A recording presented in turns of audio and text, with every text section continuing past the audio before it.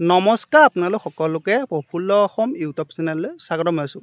যদি আপোনালোক চেনেলটোলৈ প্ৰথমবাৰৰ বাবে আহিছে, প্লিজ চেনেলটো ছাবস্ক্ৰাইব কৰি দিব, ভিডিঅ'টো এটা লাইক কৰি দিব আৰু যিসকল দাদা বাইদেউ ভাইটি ভণ্টি আৰু বন্ধু বান্ধৱী অসম আৰক্ষী, অসম বন বিভাগ, ADRE 3rd grade 4th grade নাইবা অসম চৰকাৰৰ যিকোনো এটা চাকৰিৰ বাবে প্ৰিপেৰেশ্যন কৰি আছে, তেওঁলোকলৈ ভিডিঅ'টো শ্বেয়াৰ কৰি দিব।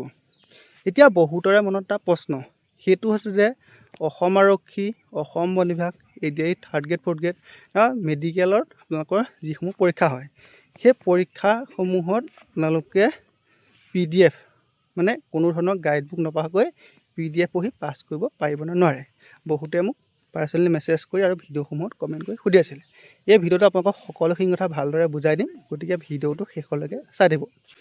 এতিয়া আগতে আপোনালোকৰ এটা কথা আছিল, সেইটো হৈছে যে চৰকাৰী চাকৰিটো আপোনালোকৰ যিসকলৰ পইচা বেছি আছে তেওঁলোকেহে পাইছিল, কিন্তু আজিকালি সেইদিন গ'ল। আজিকালি পইচা দি চাকৰি পোৱা দিন গ'ল। যিহেতু মই নিজে এজন দুখীয়া ঘৰৰ ল'ৰা, মই আজি আপোনালোকৰ আগত ডাঠি ক'ব পাৰোঁ যে মই 1 টকা পইচা ঘোচ নিদিয়াকৈ চাকৰি পাইছোঁ বা 1 টকা এটা খৰচ নকৰাকৈ মই চাকৰি পাইছোঁ। সেইবাবে আপোনালোককো কওঁ, যদিহে আপোনালোকে ভালদৰে পঢ়া শুনা কৰে বা ভালদৰে ফিজিকেল টেষ্টৰ বাবে নিজকে সাজু কৰে, তেতিয়া আপুনি এটা চৰকাৰী চাকৰি কৰিব পাৰিব। এতিয়া আপোনালোকৰ প্ৰথম মনত যিটো ডাউট আছিল, সেই ডাউটটো ক্লিয়াৰ হয় বা আপোনালোকে সেইটো আগৰ পৰাই জানে যে আজিকালি কোনো ধৰণৰ পইচা নিদিয়াকৈ আপোনালোকে চৰকাৰী চাকৰি পাব পাৰিব। এতিয়া যিটো মেইন টপিক, সেইটো আহি গ'ল আপোনালোকৰ যিটো পৰীক্ষা হ'ব, সেই পৰীক্ষাটোৰ বাবে কি কিতাপ পঢ়িব। আপোনালোকে হয়তো সকলোৱে জানিলে যে কোনো ধৰণৰ পইচা দি বা অসৎ পথা অৱলম্বন কৰি চাকৰি ল'ব নোৱাৰে, সেইটো কথা আপুনি জানি গ'ল। কিন্তু এতিয়া যিটো মেইন টপিক, সেইটো হ'ল যে আপুনি কি কিতাপ পঢ়িব বা কোন কিতাপ PDF পঢ়িব। আজিকালি আপোনালোকৰ বৰ্তমান ছ'চিয়েল মিডিয়াৰ যুগ।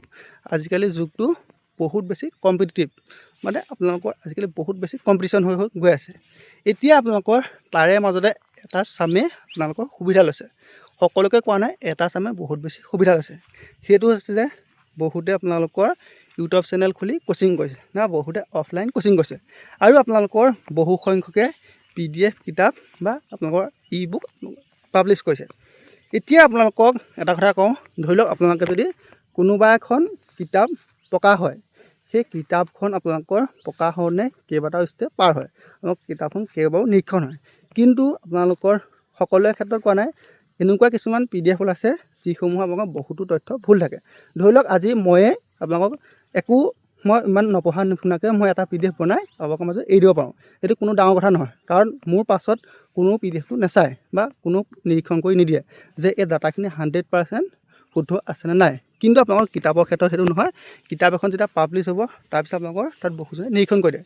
গতিকে আপোনালোকৰ যিসমূহ PDF বৰ্তমান আহি আছে, সেই PDFসমূহত যিসমূহ তথ্য থাকে, সেই তথ্যসমূহ আপোনালোক কেতিয়াবা 100% সঁচা নহ'ব পাৰে।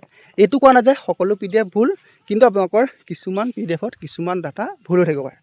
আৰু আপোনালোকক এটা কথা কওঁ, আপোনালোকে গাইডবুক নপঢ়াকৈ আপোনালোকে PDF পঢ়ি আপুনি কেতিয়াও পৰীক্ষাটো পাছ কৰিব নোৱাৰে। এটা কথা সঁচা, PDF পঢ়ি আপোনালোকে তাৰ পৰা 20% নাইবা 30% আপুনি ল'ব পাৰিব, কিন্তু PDFত আপুনি 100% কেতিয়াও নাপায় বা অনলাইন কোচিং কৰি আপুনি কেতিয়াও পৰীক্ষাটো পাছ কৰিব নোৱাৰে। আপোনালোকে কোনোবা এটা কোচিং চেণ্টাৰত কোচিং লওক, যে আপুনি যিহেতু বিষয়টো নতুন, যে আপুনি তাৰ পৰা অলপ অলপ আহৰণ কৰক, কিন্তু আপুনি যিটো কোচিং চেণ্টাৰ হওক নাইবা PDFটোৰ ওপৰতে 100% বিশ্বাস নকৰিব। কিয়নো যদিহে আপোনাৰ যিটো PDF দিলে, সেই PDFটোত থকা যদি এটাও কুৱেশ্যন নপৰে, ধৰি লওক 20টা কুৱেশ্যনে কমন পৰিলে, 20টা কমন পৰিলেও আপোনাৰ কোনো ধৰণৰ লাভ নহয়, কিয়নো সেই 20টা কুৱেশ্যন আপুনি এনচাৰ কৰি আপুনি পৰীক্ষাটো পাছ কৰিব নোৱাৰে। সেইবাবে আপোনালোকে PDFক কেতিয়াও 100% বিশ্বাস নকৰিব। তাৰপিছত আপোনালোকৰ যিহেতু এটা কথা, সেইটো হৈছে যে অসম আৰক্ষী পৰীক্ষা হওক নাইবা অসম বন বিভাগৰ পৰীক্ষা হওক নাইবা এডিআৰই 3rd গ্ৰেড 4th গ্ৰেডৰ পৰীক্ষা হওক নাইবা আপোনালোকৰ স্বাস্থ্য বিভাগৰ যিসমূহ পৰীক্ষা হ'ব, সেই পৰীক্ষাসমূহৰ কোনো ধৰণৰ চিলেবাছ নাই। এতিয়া অসম আৰক্ষী ABUB যিটো পৰীক্ষা, সেই পৰীক্ষাটো কোনো ধৰণৰ নিৰ্দিষ্ট চিলেবাছ নাই যে এইকেইটা টপিকৰ পৰা কুৱেশ্যন আহিব। সেইবাবে আপোনালোকৰ যিসকলে PDF প্ৰস্তুত কৰিছে, তেওঁলোকেও নাজানে যে আপোনালোকৰ কোনটো টপিকৰ পৰা কিমানটাকৈ কুৱেশ্যন আহিব বা কোনকেইটা টপিকৰ পৰা কুৱেশ্যন আহিব। সেইবাবে আপোনালোকৰ কোনো কমন পেলাব নোৱাৰে। আপোনালোকক মই এটা কথা কওঁ, আপোনালোকে নিজে ভালদৰে পঢ়ক। আপোনালোকে যিমানখিনি আছে, আপোনালোকে GK পাৰ্টটো হওক, মেথছৰ পাৰ্টটো হওক, ৰিজনিঙৰ পাৰ্টটো হওক বা ইংলিছৰ পাৰ্টটো আপোনালোকে বহুত বেছি কষ্ট কৰক, তেতিয়া আপোনালোকে পৰীক্ষাটো ধুনীয়াকৈ পাছ কৰিব পাৰিব। এনেই আপোনালোকে কোনোবা এটা PDFৰ ওপৰত আপুনি বিশ্বাস কৰি এৰি নিদিব, কিয়নো আকৌ এটা চান্স নাপাবও পাৰে। সেইবাবে আপোনালোকক সময় থাকোঁতে মই কথাখিনি ভালদৰে বুজাই দিছোঁ। আপোনালোকক এইটো কোৱা নাই যে PDF নপঢ়িব বা অনলাইন কোচিং নকৰিব, সেইখিনিও কৰক, কিন্তু সেইখিনিৰ পৰা আপুনি 20% আশা কৰক, 80% আপুনি নিজে দিব লাগিব। আপুনি এনেকুৱাকৈ নিজক সাজু কৰক যে PDFত থকা এটা কুৱেশ্যন নাহিলেও বা অনলাইন কোচিঙত থকা এটা কুৱেশ্যন নাহিলেও মই যাতে পৰীক্ষাটো পাছ কৰিব পাৰোঁ, তেনেকুৱাকৈ নিজক সাজু কৰক। আপোনালোকে নিজক 100% সাজু কৰক, যাতে সেইখিনি নহ'লেও মই পৰীক্ষাটো পাছ কৰিব পাৰোঁ, তেনেকুৱাকৈ সাজু কৰক। এনেই আপোনালোকে কেইটামান PDF পঢ়ি বা কোনোবা এটা কোচিং চেণ্টাৰত কোচিং কৰি আপোনালোকে পৰীক্ষাটো পাছ কৰিম বুলি নাভাবিব। আৰু যদি তেনেকৈ ভাবিছে সেইখিনি কথা আজিয়ে মনৰ পৰা উলিয়াই দিয়ক। আপোনালোকৰ আজিকালি ছ'চিয়েল মিডিয়াৰ যুগ, আকৌ কৈছোঁ, বহুতে আপোনালোকক বিভিন্ন ধৰণৰ প্ৰলোভন টাইপত দি থাকে। আজিকালি আপোনালোকৰ কিছুমান কোচিং চেণ্টাৰ এইটো কয় যে মোৰ ইয়াত যদি আপুনি আহি ক্লাছ কৰে তেতিয়াহ'লে আপুনি পৰীক্ষাটোত 100% পাছ কৰিব। যদিহে আপুনি পৰীক্ষাটো পাছ নকৰে, তেওঁলোকে আপোনালোকক কি ক'ব, বা তেওঁলোকে তেতিয়া ক'ব যে মই পঢ়াখিনি তুমি ভালদৰে জ্ঞান দিব নোৱাৰিলা। সেইবাবে আপুনি নিজে পঢ়ক। কাৰণ আপোনালোকক এটা সহজ ভাষাত বুজাই দিছোঁ।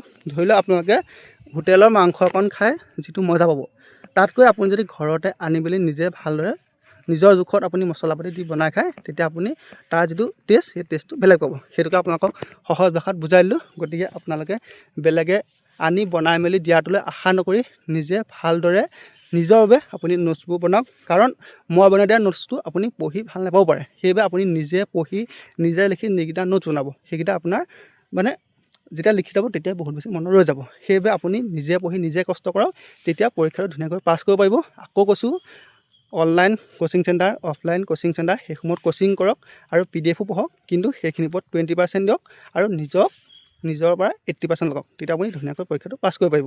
ধন্যবাদ।